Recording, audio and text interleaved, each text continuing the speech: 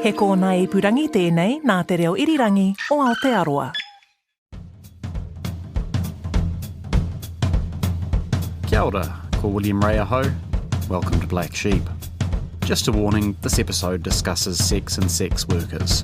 It might not be appropriate for younger listeners.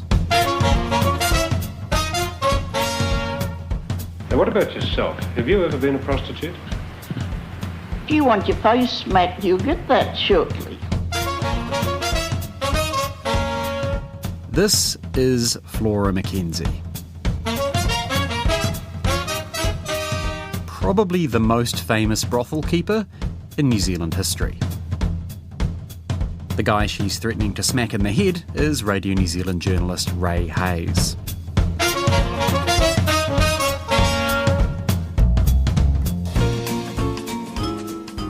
You believe in God still? Yes. Do you think he approves of what you're doing? Well, if you read the Bible, he doesn't. He thinks it's wrong. He forgave Mary Magdalene and told her to go and sin no more.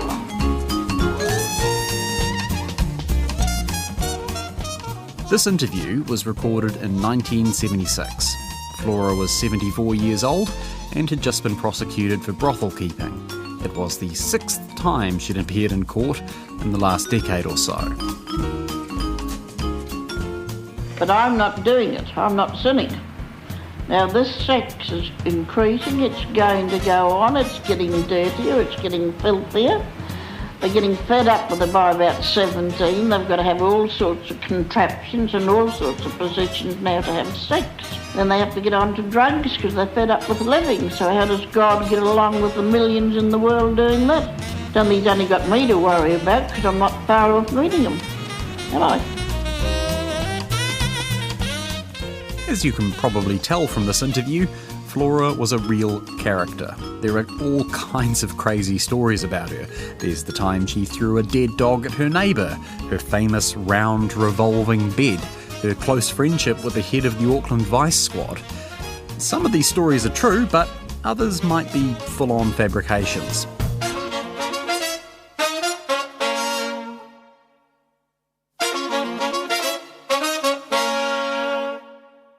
Obviously, it's very hard to get the truth because you hear so many different versions and you have to try and cobble it together from, hearsay and newspaper articles and letters people write to you. This is Elizabeth Esther. She's a playwright and actor, and also probably the closest thing we have to a Flora MacKenzie expert.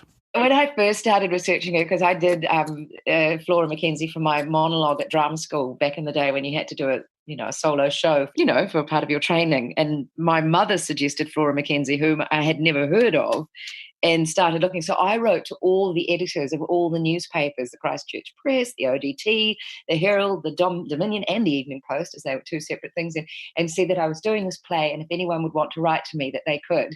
And I got all these wonderful letters from police officers and seamstresses and friends, and one rather quite not very balanced sounding man who I think might have been some sort of paranoid schizophrenic, who had quite long letters to write over years. Elizabeth became so fascinated by this story, she turned that monologue into a full play, Famous Flora, named after the brothel she ran for more than 30 years. Can't the old soak just reach a verdict and be done with it? Come on, Judge, get a wriggle on. His honour's much quicker when he's being charged by the hour.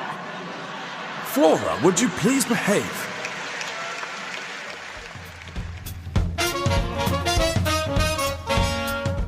Elizabeth's play is a fictionalised version of Flora's life story, but parts of the script are direct quotes from Flora herself or from her close mates.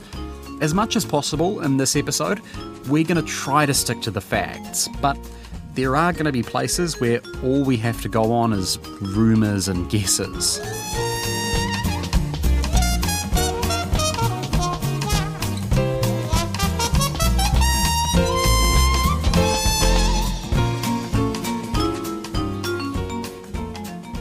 Flora MacKenzie was born in Auckland in 1902. She came from the upper crust of Auckland society. Her parents were sort of fancy landed gentry down in Mangere, and Mangere, as they probably would have said. Just by the way, in those days, Mangere was mostly farmland and big estates. It wasn't built up like it is today.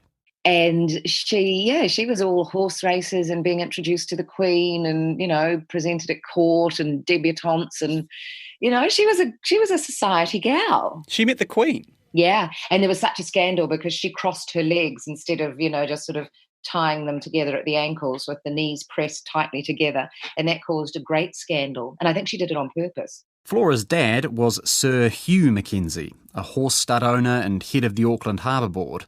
But we don't know a huge amount about her childhood. There's really not a lot of information. Mum was, didn't appear a lot, and Dad was a bigwig in, manly business circles. According to Flora herself, she had a pretty sheltered religious upbringing. I was chaperoned till I was 28 years of age. I was brought up sex went with marriage. At first, Flora trained as a nurse, but historian Barbara Brooks says that wasn't a good fit for her personality. She couldn't stand being told what to do by the superiors and the nursing matrons, I guess they were. And so she gave up on that. I mean, she was going to be her own person, whatever she did. Instead, Flora left New Zealand and spent a couple of years in Australia, hanging out with the bohemian crowd in Sydney. The world was still in the aftershocks of the First World War and the 1918 flu pandemic. Global culture was going through a seismic shift as we moved into the roaring 20s. And while she was over in Australia, Flora developed a talent for fashion design. And she put that to use as soon as she arrived back in New Zealand a few years later. By 1927, she was the sole owner of Nanette Gowns, a high-end fashion shop on Queen Street. As Elizabeth Esther points out, that's pretty good going for a 25-year-old. And I think that's where her true love lay, and also an incredible talent that she had.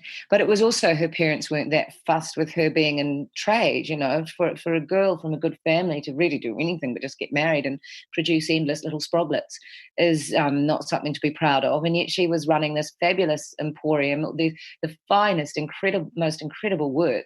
I should say we don't actually know how Flora's family reacted to her running a business.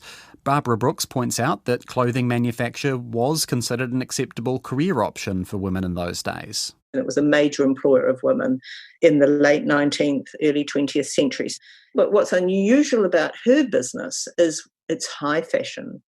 And she's got a particular market that she knows how to cater to.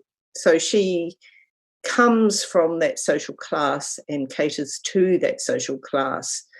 They could relate to her on the same level. And when you read descriptions of her fitting rooms, it's all set out with great glamour to impress the customers and make them feel at home.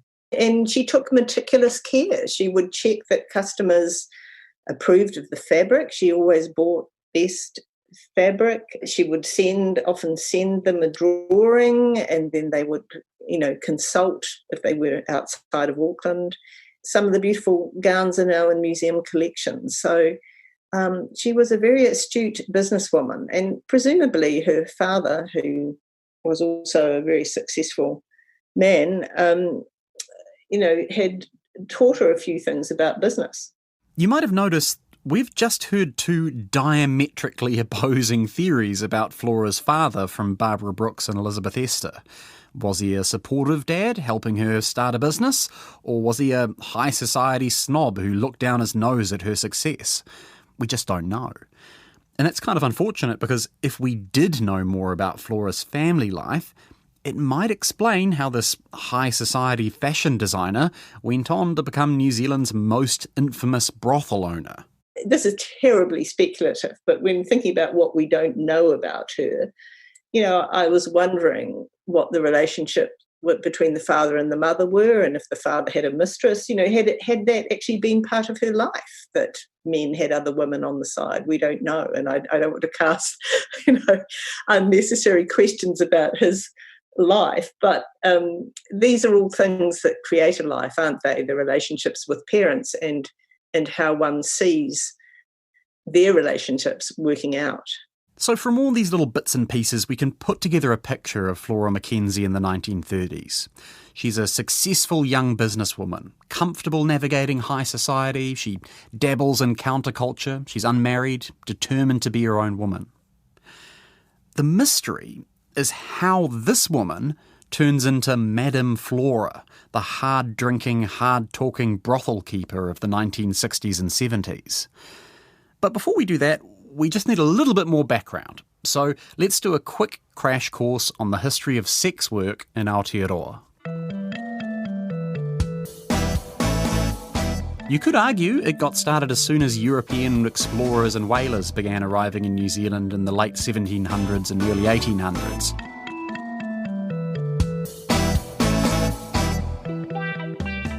Sailors on these voyages were only too happy to trade metal, tools and other goods with Pacific Islanders in exchange for sex.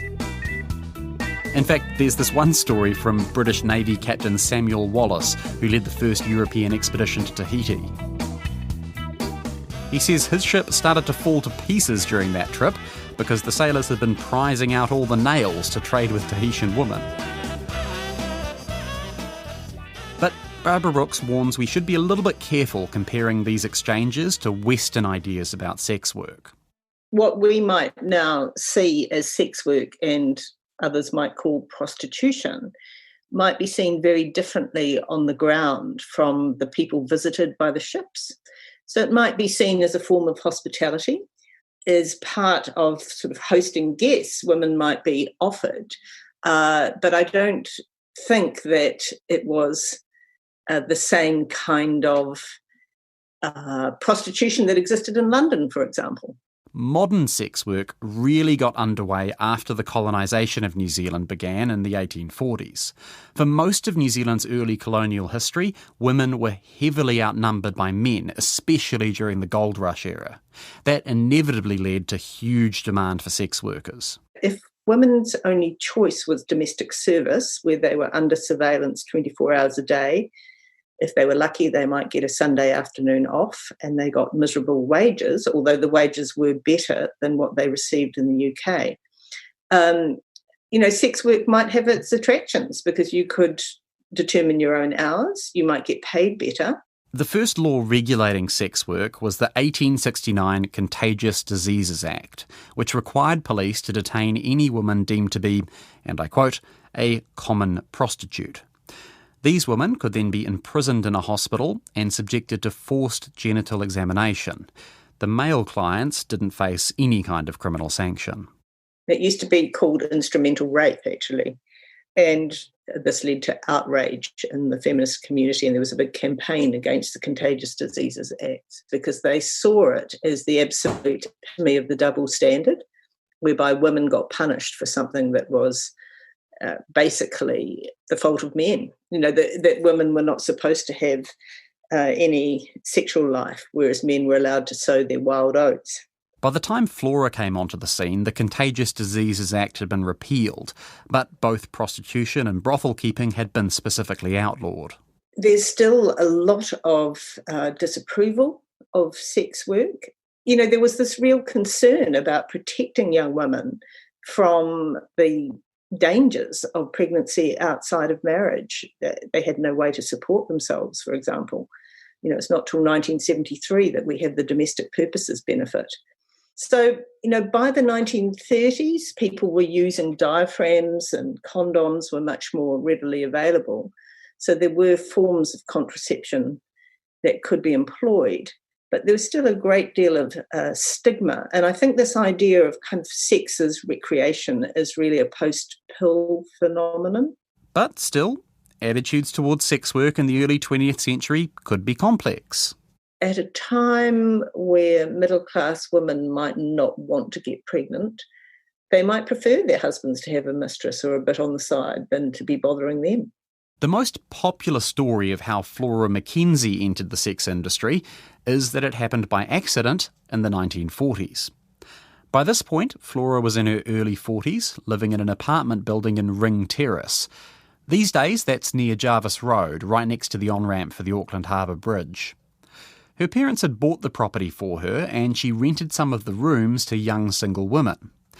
As Flora tells the story, one of these women had told her that she was a business secretary. One day, Flora needed to fill out a complicated tax form, so she went downstairs to ask her tenant if she could help her out. And she said to me, "Do you want me to leave?" And I said, "Lee, why do I want you to leave?" She said, "Do you want me to leave tonight?" And I said, "Dear, what for?" She said, "I can't help you." I said, "Why not?" She said, "I'm a prostitute." I said, "What is a prostitute?" I never heard it in my life before. Flora says she eventually worked out what a prostitute was, and this woman explained that her story about being a secretary was a front. Really, she was just using the phone at Ring Terrace to contact her clients. But instead of turfing her out, Flora decided to keep her on. Before long, there were quite a few sex workers operating out of Ring Terrace, and Flora started taking a cut of their earnings. By this point, Flora was clearly in breach of Part 7 of the 1908 Crimes Act. Crimes against religion, morals and public convenience. Everyone is liable to 2 years' imprisonment with hard labour who keeps any disorderly house, that is to say, any common bawdy house. Bawdy house is just the old-timey term for a brothel, or, as the 1908 Crimes Act puts it, a house, room, set of rooms, or place of any kind whatever kept for purposes of prostitution. And right at that point in the 1940s, there was a big demand for bawdy houses.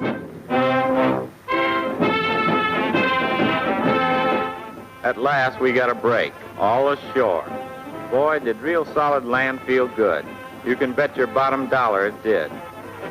We had a lot of queer ideas as to what New Zealand would be like. Imagine our surprise when a milk wagon came along. We hadn't tasted fresh milk since we left the States, and boy, did it taste good. That's an extract from the diary of a US Marine, Private Bob Hatch. It was broadcast as part of a newsreel by the New Zealand National Film Unit in 1943. But of course, that newsreel didn't mention that the thousands of US servicemen who passed through Aotearoa on their way to war in the Pacific were often greeted with more than just bottles of fresh milk. These men are, of course, very interested in sex and interested in New Zealand women. And New Zealand women are interested in the American men because they treated them differently than they were used to being treated by New Zealand men.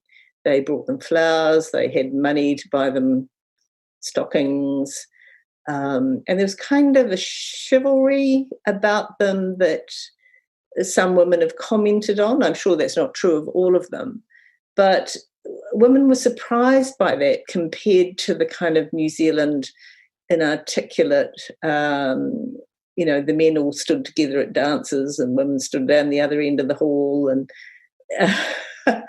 kind of a different way of interacting.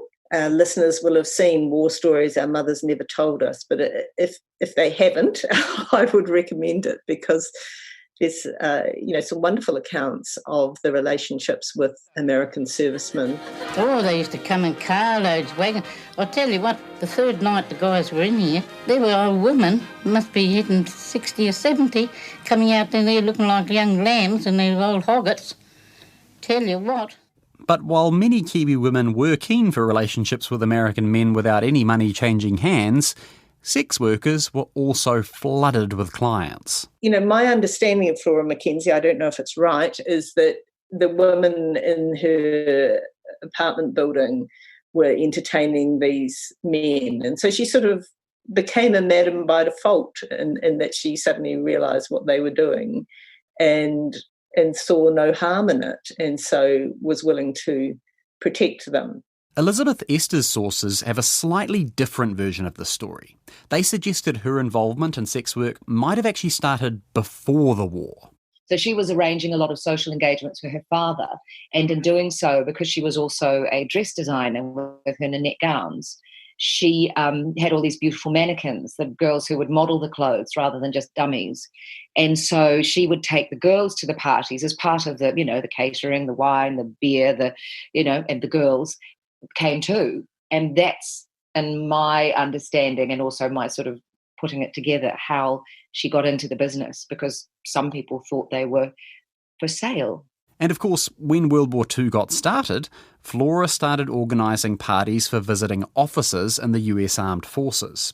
And again, the story that I heard, many of the servicemen thought they were good time girls, and they organised to send the money back to Flora's. And by the time they'd left port, people on various places where sailors went for a good time called Flora's.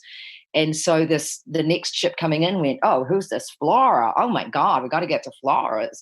And, and so it began. And she thought, well, this way we all get a little bit of extra in this time of rationing and deprivation. So this is a murky part of the story. It's pretty clear Flora got into brothel keeping by accident, but it's very unclear exactly how or when. It might have been in the 30s or 40s. It's possible it might have been as late as 1958. But there is an intriguing bit of evidence here. In late January 1943, Flora MacKenzie appeared in court, and this article popped up in the New Zealand Herald. A plea of guilty was entered in the case in which Flora MacKenzie was charged with being in possession of 3,400 cigarettes, uncustomed goods. Her lawyer, Mr. Simpson, said the defendant had entertained a number of American officers and they had generously left the cigarettes in return. She could not, with courtesy, refuse to accept them. A fine of £25 was imposed. I mean, reading between the lines, that feels like that might have been sort of almost a form of currency. Oh my gosh, yes. See, now in all my what I thought was exhaustive in the 1990s research, I didn't know that. And that absolutely smacks of, currency. Again, it's a little bit murky. The court case doesn't actually mention prostitution. The fine was imposed because the cigarettes Flora had been gifted dodged the heavy wartime taxes imposed on tobacco. But that line which said Flora was entertaining a number of American officers sounds like pretty heavy innuendo to my ears. And to me, it just makes sense that Flora got involved in sex work during World War II. It just feels like this was a time when an independent-minded, high society girl could justify getting involved in something which she might have found unthinkable in peacetime. One of the fascinating things I think about World War II is it became a duty really to entertain servicemen. That was seen as part of the war effort.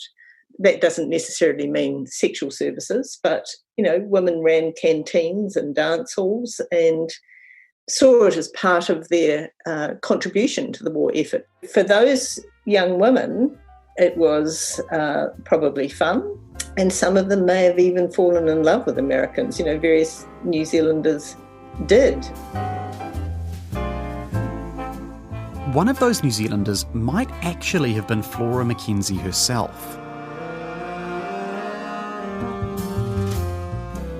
A love story between Flora and an American serviceman is a major part of Elizabeth Ester's play. What do you say I take you away from all this? This is my war effort. I have a duty to serve. And after the war? All in good time.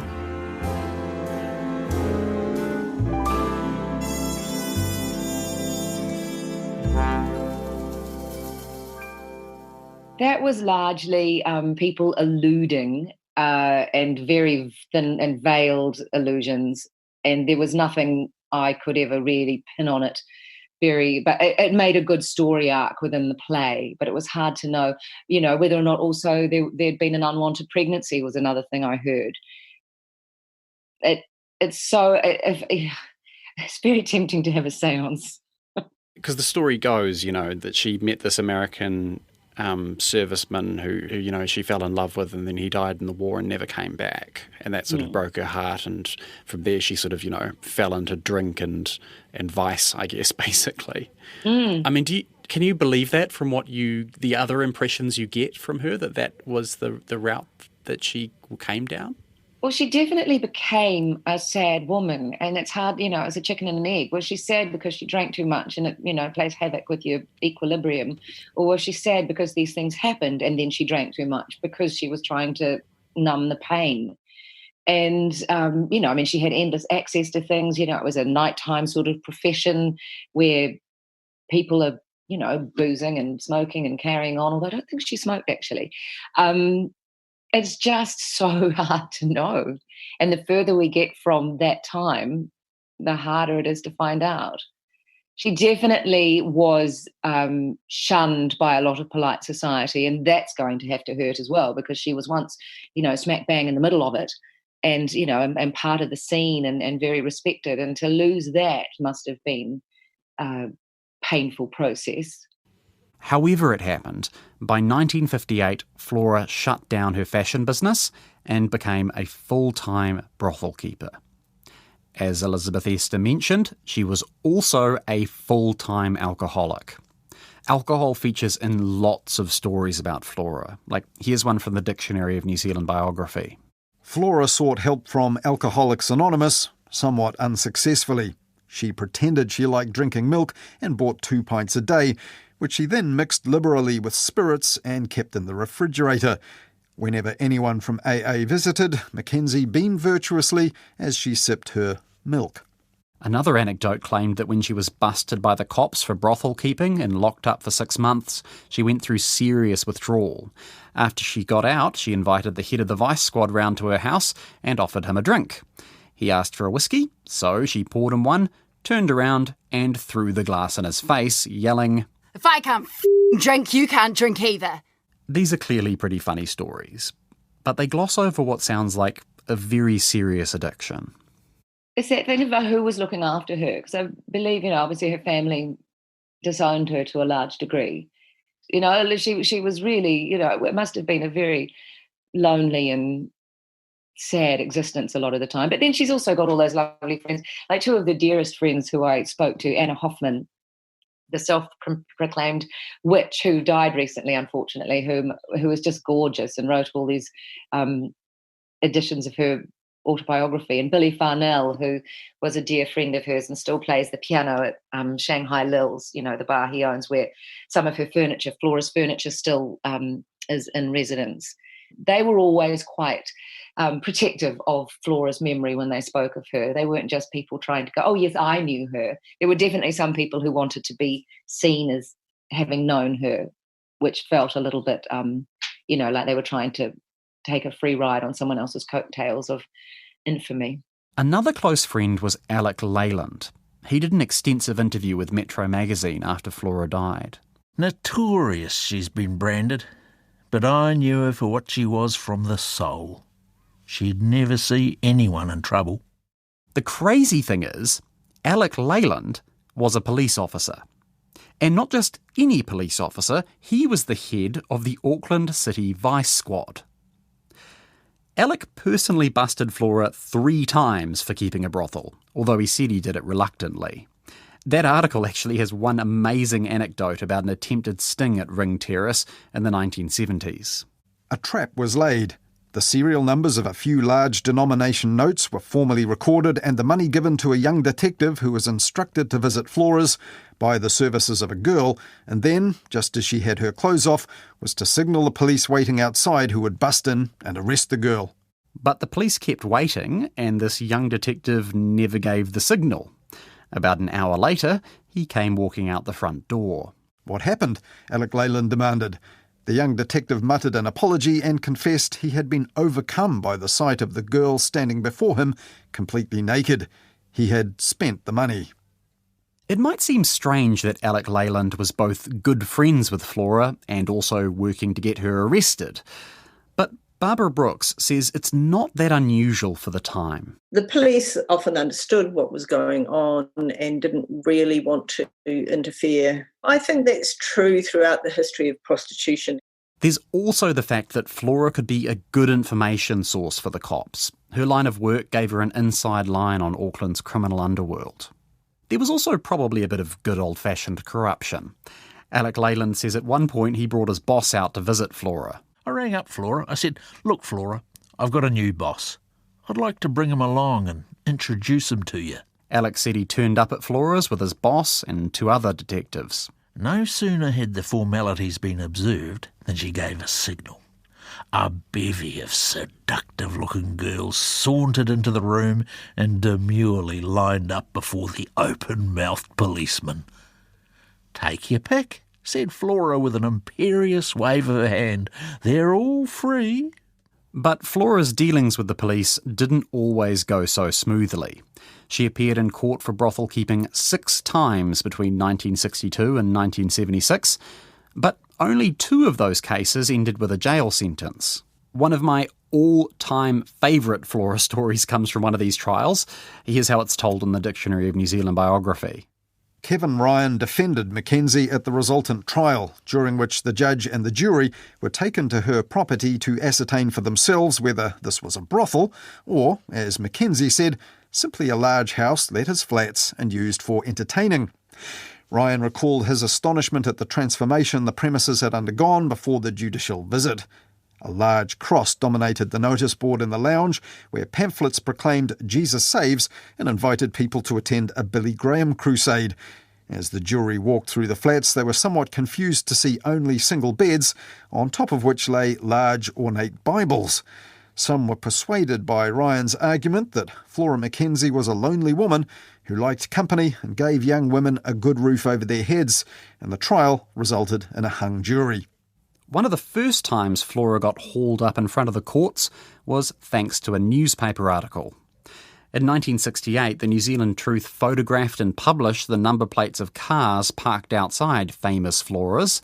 They threatened to name the cars' owners, which reportedly included a lot of rich and powerful men.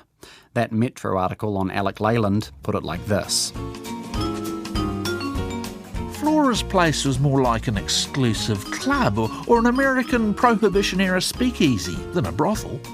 It was the haunt of the well-to-do and the women the classy. Our membership roll would have read like a who's who of the city's commercial and business world. At least one regular patron had a knighthood.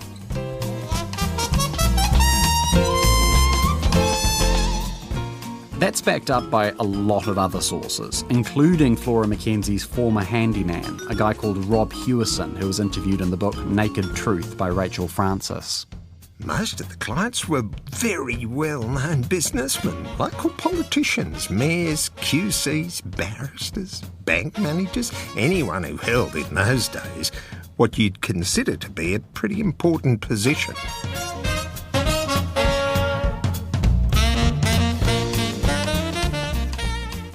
Famous Flora's on Ring Terrace was, well, famous. It was luxuriously decorated with a sort of Japanese aesthetic. The women were dressed up, sometimes in gowns Flora designed personally. Apparently one room featured a round bed which could rotate on the spot. There were mirrors on the ceiling above it and a built-in sound system.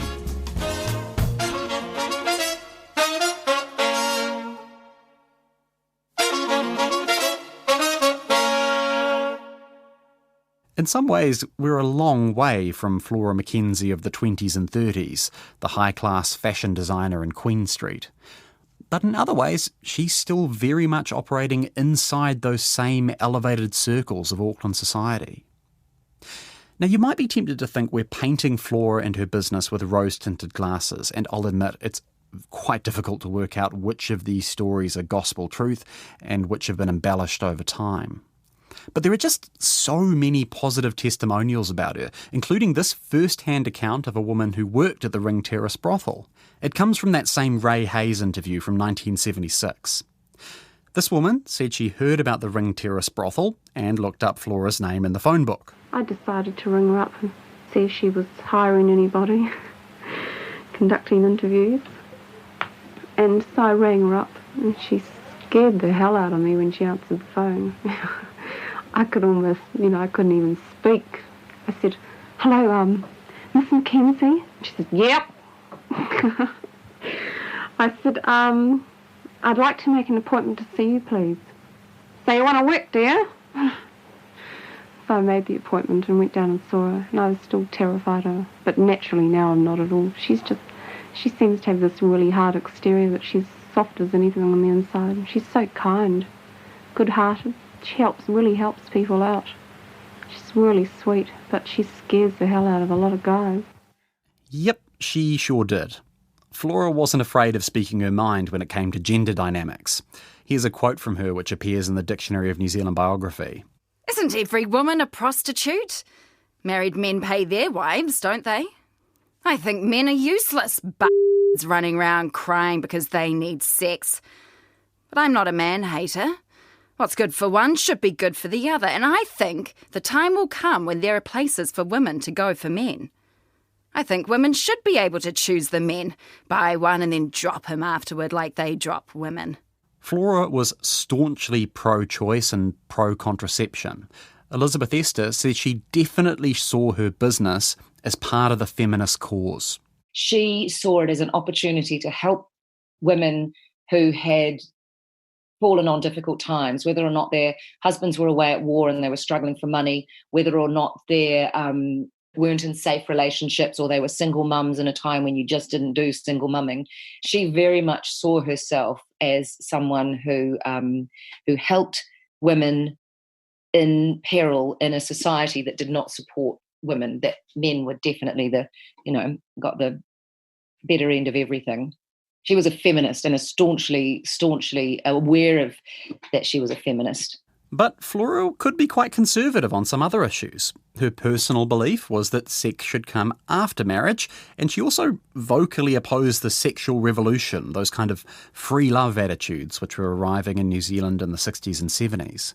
She was also suspicious about benefits for single mothers. By reading the Bible and everything, I do think we're heading for another second Sodom and Gomorrah. I mean, there's no respect for people. But when you take places like Waiheke Island, they all go down there, they have all their long-haired friends, they're all on drugs. So I reckon that the government is really running a brothel. Children having babies with the government consent. You're keeping a girl of 16, the government allows them to have a child at 16 and to pay them to have a child at 16. It pays them to have 2 children. Well, why should anybody have sex at 16 and expect the old ratepayers to keep them to have free sex? And it's honourable in the country. Well, if that isn't brothel keeping or something, I don't know. At the same time, Flora did embrace some new ideas about sexuality which were growing more popular in the 60s and 70s. She often described her own business as a form of sex therapy. Now, the doctors send us people that are all tied up, they can't handle the situation. Well, they come out and talk to me as if they were talking to their mother about all of their problems. Now, I think I've taken a big strain of Ward 10 in the Auckland Hospital. The matron there has sent people. I've been thanked. And then apart from that, we know quite a number of men that have been happily married over years, perhaps they're 60. They've got no ways and contacts of meeting anybody. They can't go down in a hotel and sit there and pick up a half-drunk Maori girl or something from a hotel, so they come over to see me. They sit and chat and have a little bit of company and a few laughs, and it sort of makes them feel they're wanted in the world again. Let's deal with that little dig about a half-drunk Māori girl. Rob Hewison, who as we mentioned earlier was Flora's former handyman, said Flora had strict policies when it came to the races of women working for her. According to Rob, she only hired Europeans or, and I quote, half or quarter caste Māori. I guess we could argue she was a woman of her time, but it's still not a great look.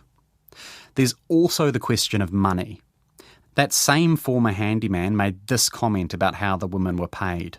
Maybe because of Flora's influence, they were far better at being thrifty then. Flora would hang on to their bank accounts and those girls could not get any money out unless their story was acceptable to her. That's how some of them built up their wealth. So this is painted as a benevolent move by Flora. But I spoke to Dame Catherine Healy, who's the founder of the New Zealand Prostitutes Collective, and she had quite a different perspective on that story. Oh, that sounds awful. just unpacking that. I mean, on the surface it sounds like, well, they're children and they have to be managed because they're going to spend their money on, such things as alcohol or, frivolous stuff. And, I still hear that line coming from some operators, and it's usually said with kind of a benign take. It's well meant, I'm sure, from their part, but it's not well received on the part of the women, because it's controlling. I mean, and often there's disputes over money, and I imagine, that hasn't changed and probably was as relevant in Flora's time as it is today, where there are disputes over, how much money you've handed over. And I mean, it's one thing to sort of have the interaction when that money's being handed over, but for the owner to actually have control of your bank account completely sounds like an even further step beyond that. Sounds like we'd probably call it trafficking, a condition related to trafficking today, where you don't have control over your passport, sort of a parallel circumstance where you're kind of semi-trapped because you can't control your own money. It is possible the women who worked for Flora were totally fine with this arrangement. Certainly we have that direct interview with a woman who worked for Flora who was just full of praise about her. But Dame Catherine warns that might not be the whole story. The other complication, not only was she taking the bank accounts, they were living there. So can you appreciate the knock on the door at 2 a.m. and, who's going to see that customer? Or people still live in brothels, but, it can be a situation that has to be negotiated quite carefully. It's sort of hard when you're both, to sort of say no would mean potentially you're out of job and out of a place to live. Could be. And, we as an organisation have also been contacted by brothels and told to come and get somebody who's been living there, and it's been late at night. It's not cool. Still, I don't want to damn Flora based on the unverified testimony of one handyman. After all, there are still plenty of people who couldn't say enough positive things about her. One of them is Betty Bennett, New Zealand's first ever female police detective. She talked about Flora when she was interviewed for RNZ's Spectrum program in 1992. Was she one of your kind of contacts, that you a way of keeping an eye on the underworld? Or? Well, that mainly is the reason why I went to Flora's. Yeah. You never tried to close her down? No. Well, it had nothing to do with me. That came under the Special Duties Squad. Ah, yes. They would... Betty said she was invited to Flora's house after she'd been released from King Seat Psychiatric Hospital. She'd spent 3 months locked up there due to her alcoholism after her latest conviction for brothel keeping. She goes out to King Seat. She said, they all thought I was bloody mad. They tried to say that I was mad. She said, guess what they did for me, Bet? She said, they got this jigsaw puzzle. It was a jigsaw puzzle of an animal. She said, and there's these 2 head shrinkers sitting opposite me, watching me put it together. She said, I put the body, I put the 4 legs. She said, and their eyes are sparkling. She said, and I can see it's an elephant. She said, and I put his head there. She said, then I got its trunk, she said, and stuck it up its arse. She said, what? I nearly killed myself. She said, and you should have seen the look on their face, she said. But she said, fancy them giving me things like that. She said, they couldn't even add 2 and 2 together. But that was how Flora would lead you along, and doing that with that jigsaw puzzle, I could just see her. Especially when she got the trunk, well, we just roared. But that was Flora. She was a good person. She always treated me well, and I think I treated her well. 6 nights out of the 7 going home from work, I often used to call into Flora's. If I just walked up the back stairway, saw her sitting in the chair and just drinking away, she wouldn't even know I'd been. I just used to tootle off. But there was the occasion when I'd walk up the back stairs and I'd see Flora lying on the floor, bombed out of her mind, so, big woman, but I used to put her to bed. There was never anything said the next day or any time about who put her to bed or anything like that. Flora was well aware that it was me, and I always made sure that the dog was fed because she had a couple of big Alsatians. But I always feel as though Flora would have done the same thing for me if the positions had been reversed. But eventually, Flora's drinking got the better of her. Elizabeth Esther. She became so kind of unwell and, sort of unkempt, and people gravitated towards another place, I expect. The name Flora's went off to, I think last time it was in a place on Pitt Street, and someone else ran the business, because Famous Flora's had quite a bit of cachet. The last of that hoarding is still attached to that little building on the corner in town still. She would have just quietly, sifted away in Ring Terrace until the last. Flora MacKenzie died on July 8th, 1982. She was 79 years old. She had liver cirrhosis and a weak heart, probably thanks to her years of heavy drinking.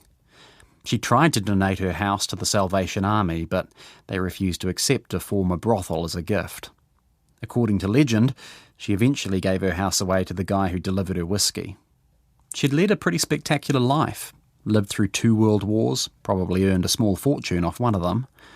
She saw the rise of the women's rights movement, the sexual revolution, and if she'd lived a bit longer, she would have seen an increasingly powerful campaign to legalise the line of work which had seen her ostracised from polite society for most of her life. She was a black sheep in her time, but today she'd be seen as a legitimate businesswoman. After all, sex work's been legal in New Zealand since 2003.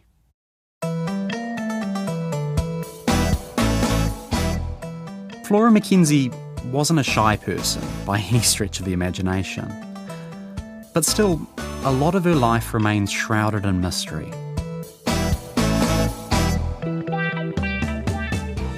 Sometimes I wish there was a definitive encyclopedia of Flora. And then other times I feel that she should be allowed to have her secrets and the fabrication, some of them created by her, some by other people, that it's quite lovely that she should be able to be like, did she, didn't she? Was she, wasn't she? It's like her final private moment.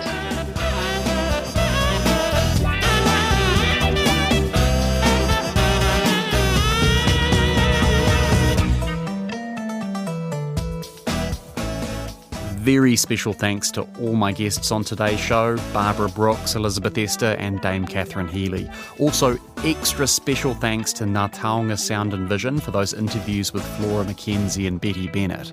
I'll post the links to the full audio up on the RNZ website in case you want to have a listen. Black Sheep is written by me, William Ray. Our executive producer is Tim Watkin, our script editor is Justin Gregory, and our sound engineer is Phil Benge. We had voice acting help from Eva Corlett, Max Toll, Duncan Smith, Adam McCauley, and Colin Peacock. If you liked this episode, please subscribe and give us a review on Apple Podcasts. That's the biggest thing you can do to help more people find Black Sheep. Also, check out some of RNZ's other awesome podcasts. We've got a bunch of new ones out at the moment, including Getting Better, a series investigating Māori perspectives on New Zealand's health system.